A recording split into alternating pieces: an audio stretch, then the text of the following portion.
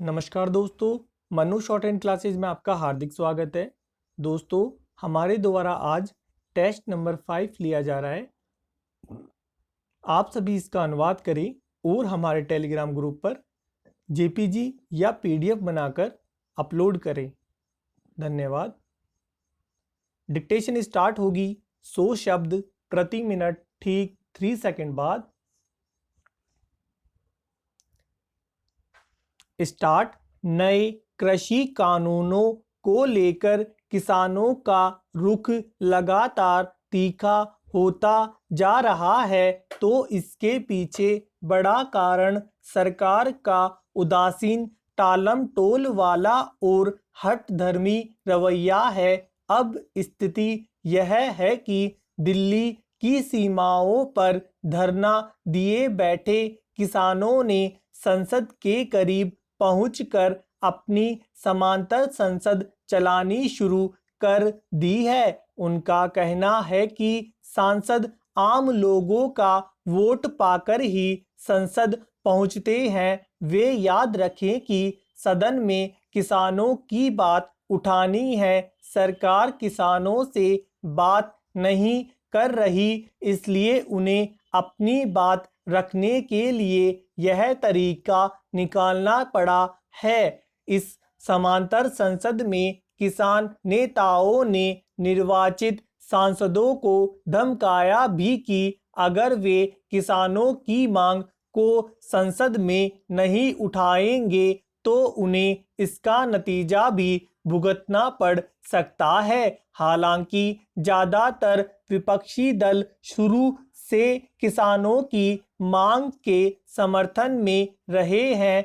इसे लेकर कांग्रेस नेताओं ने फिर संसद परिसर में विरोध प्रदर्शन किया। दूसरे विपक्षी दलों की तरफ से भी इसे लेकर सदन में हंगामा स्वाभाविक है।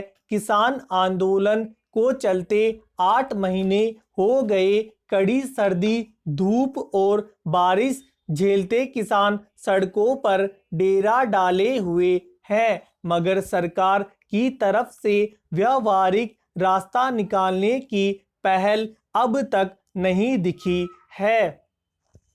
किसान अपनी मांग पर अड़े हैं कि तीनों नए कृषि कानून रद्द किए जाएं और न्यूनतम समर्थन मूल्य की गारंटी दी जाए, मगर सरकार किसी भी रूप में कानून वापस लेने को तैयार नहीं है। इस हठधर्मिता में कोई बीच का रास्ता नहीं बन रहा।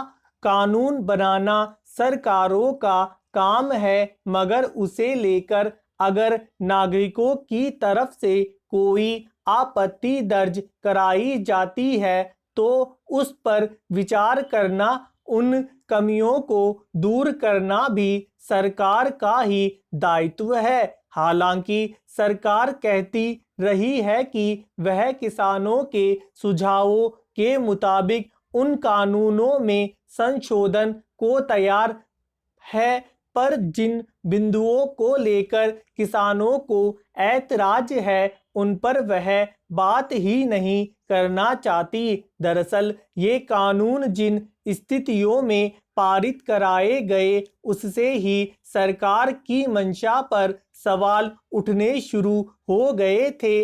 अनेक कृषि विशेषज्ञ, किसान संगठन इन कानूनों में फसलों की खरीद, भंडारण, सहकारी खेती आदि से जुड़े प्रावधानों को खेती किसानी के लिए खतरा मानते रहे हैं। इनके जरिए खेती पर कारपोरेट घरानों के कब्जे की आशंका जताई जाती रही है। उन्हें इन कानूनों में संशोधन की गुंजाइश नजर नहीं आती, इसलिए वे उन्हें पूरी तरह रद्द करने की मांग कर रहे हैं।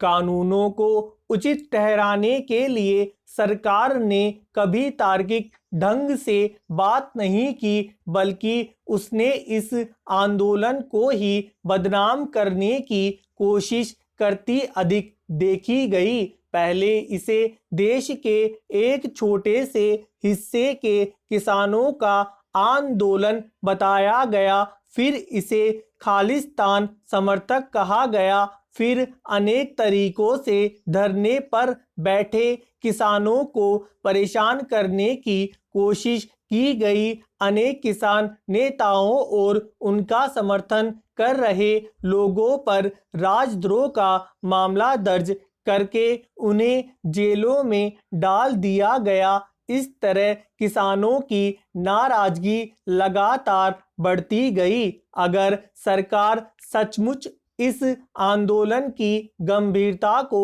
समझती तो शायद यह नौबत न आने पाती कि किसान संसद सत्र के समांतर अपनी संसद लगाते। हरियाणा, पंजाब और उत्तर प्रदेश के पश्चिमी इलाके में गांव-गांव में जनप्रतिनिधियों को किसानों का मुखर विरोध झेलना पड़ रहा है। सरकार इस मसले को जितना टालेगी, नज़रअंदाज या किसानों को छकाने का प्रयास करेगी, उतना ही इस आंदोलन का रुख उग्र होने की आशंका बनी रहेगी। पंजाब में पिछले कुछ समय से सत्ताधारी कांग्रेस के भीतर जिस तरह की गुटबाजी और खींचतान चल रही थी, उससे साफ था कि अगर इस मसले का जल्दी कोई हल नहीं निकाला गया। धन्यवाद दोस्तों, लाइक और शेयर जरूर करें।